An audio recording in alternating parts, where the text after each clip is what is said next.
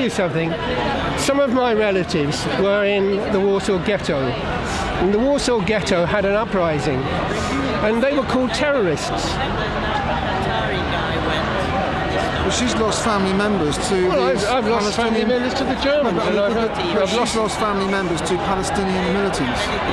There's a mafia operating there, and they shot them. Well, I mean, this is terrible. I'm not saying that this sort of thing doesn't happen.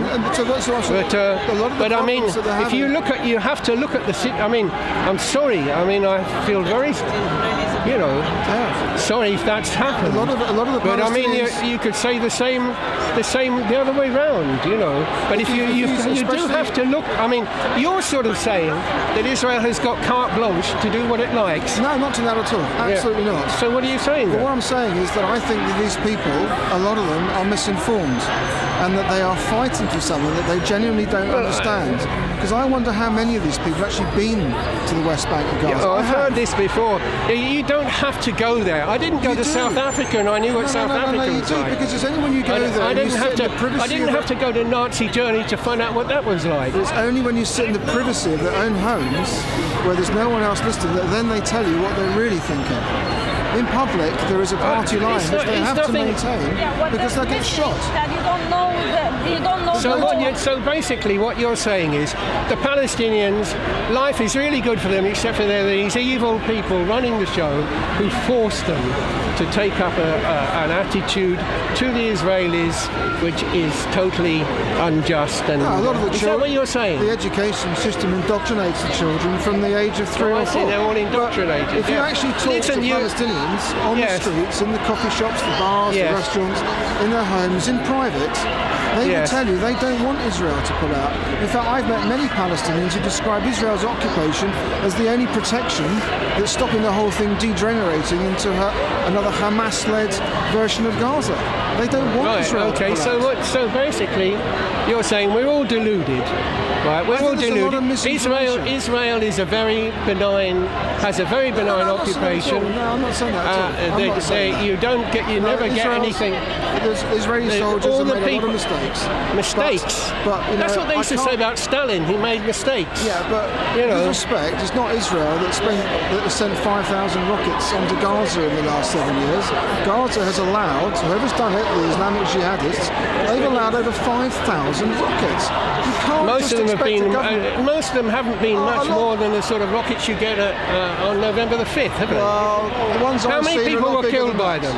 Nothing like as many people as the Israelis. Because they're incredibly well organised, and all their homes are bomb-proof, and the schools are bomb-proof. Yes, well, why aren't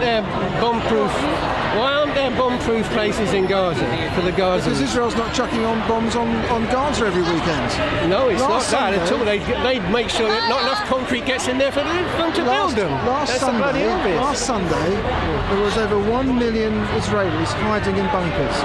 I was in Ashkelon and Sderot in April this year. The schools were closed for 2 weeks, and for 10 days the children were all being taught in these underground bunkers because the rockets were just raining out of Gaza. Well, that's the price you pay, isn't it, for keeping people occupied for... No, I don't know that's going to solve any problems.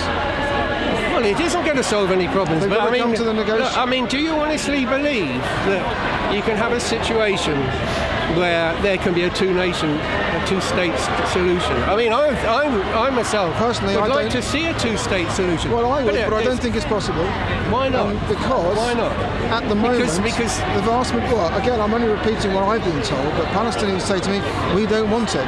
You're either a useful fool, or you're sort of on the side of, you're giving us sort of a line, No, but Palestinians in the West Bank are looking at what's happened in Gaza, and they're saying to me, we don't want another version of that in the West Bank. And if the Palestinian Authority can't get its house in order and become a responsible government, how do we know that we're not going to end up what's happening over there? I'll tell you what I've got a problem with. Anybody who tells me what the Palestinians are thinking, it's like saying what the English are thinking, or what the Jews are thinking. Have you been to the West Bank? Have you been there? No, I haven't. haven't. You've got to go. I really encourage you to go. I can't afford to go. I'm on EasyJet from Luton.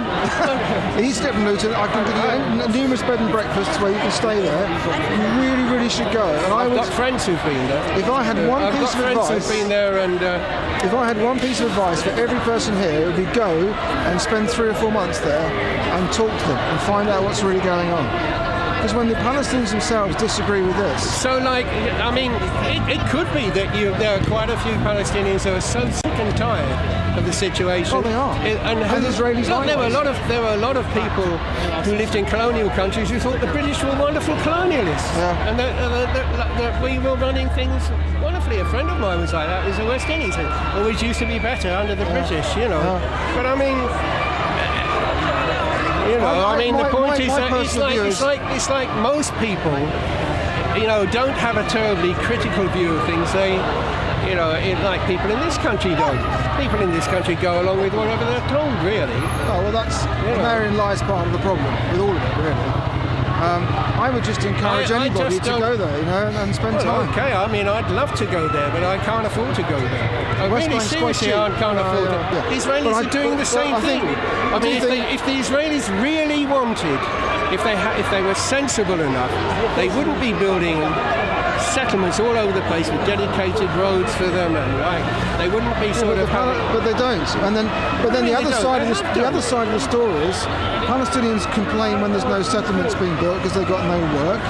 And when the settlements are expanded, they get water, they get electricity, they get sewage, things which go in, which they don't have otherwise. You're working on a different set of... I'm working on what I've seen with my own eyes and talking to people out there. It's not this. This is the problem. It's not this. I am very sceptical. Sorry. We'll have to agree to disagree. It's been good to chat. I'm just going to find...